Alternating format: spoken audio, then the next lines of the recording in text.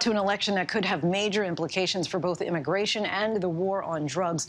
On Sunday in Honduras, millions will be heading to the polls to choose their next president. But fears of rampant fraud and, in turn, violence have voters on edge, and the U.S. State Department keeping a close eye. ABC's Maggie Rulli has this report. A vulnerable nation teetering on the edge of democracy.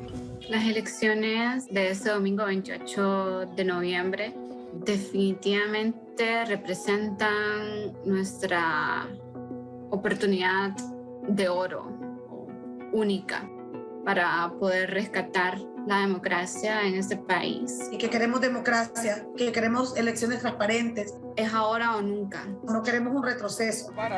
Honduras, a country plagued by political corruption, now pushed to its limit. A presidential election that some say is the country's last chance to prove democracy is still alive in one of the poorest nations in the Western Hemisphere. A system in peril, allegedly perpetrated by the highest office for more than a decade.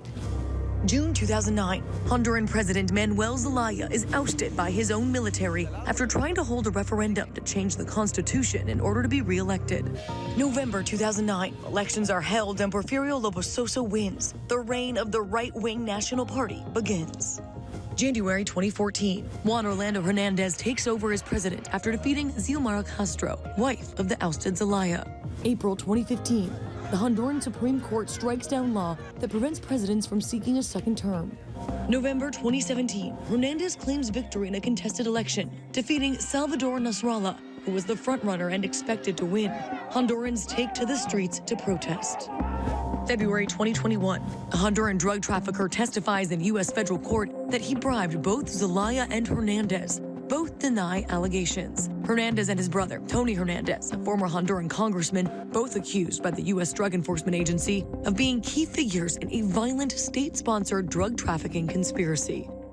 Now, the Honduran people will be heading to the polls yet again on Sunday, choosing between a familiar face, Democratic Socialist candidate Xiomara Castro, and a familiar government, right-wing candidate Nasri Esfura. What is it about this election? What's at stake here? This election will define the direction in which the country goes in the next 10, 20 years. But now, Xiomara Castro is back. And according to some local polls, she's leading the race. Yo puedo decirles, esta mujer que les habla será la próxima presidenta. She's become a force in Honduran politics, leading the movement against the 2009 coup that deposed of her husband and creating a new liberal political party. If she wins, she'd become the first woman to be president of Honduras and the only female leader in all of Latin America. For the first time in country's history, probably you have the opportunity of a woman to become the president. Honduras has been considered a very conservative country. Last month, her campaign got a boost. The backing of rival-turned-supporter Nasrallah. It's going to be a step forward to show women are more qualified than men to run the government. The man who lost to Hernandez in a controversial ballot in 2017, now the new VP candidate. I wouldn't have won.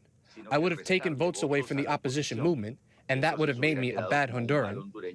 Nasrallah giving his first U.S. English language network interview this election cycle to ABC News.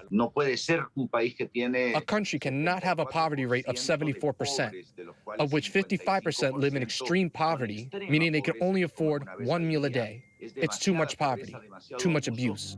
Castro's agenda and her possible history-making win could be thwarted if her opponent, Nasri Esfura, currently the mayor of the nation's capital, Tegucigalpa, and candidate for the ruling right-wing National Party, wins the election. Generar oportunidades de empleo.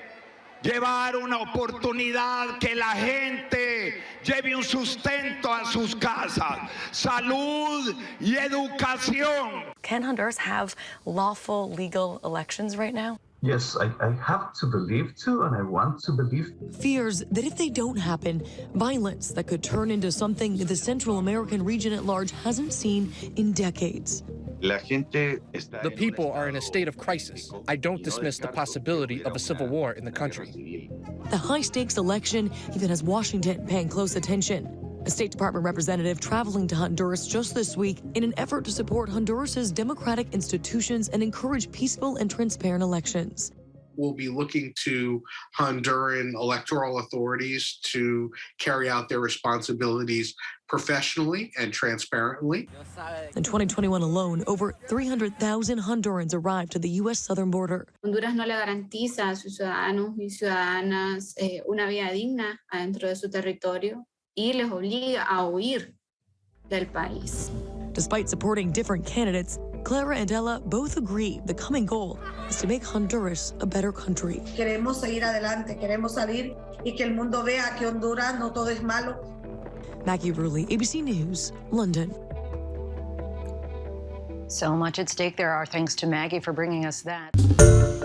Hi, everyone. George Stephanopoulos here. Thanks for checking out the ABC News YouTube channel. If you'd like to get more videos, show highlights, and watch live event coverage, click on the right over here to subscribe to our channel. And don't forget to download the ABC News app for breaking news alerts. Thanks for watching.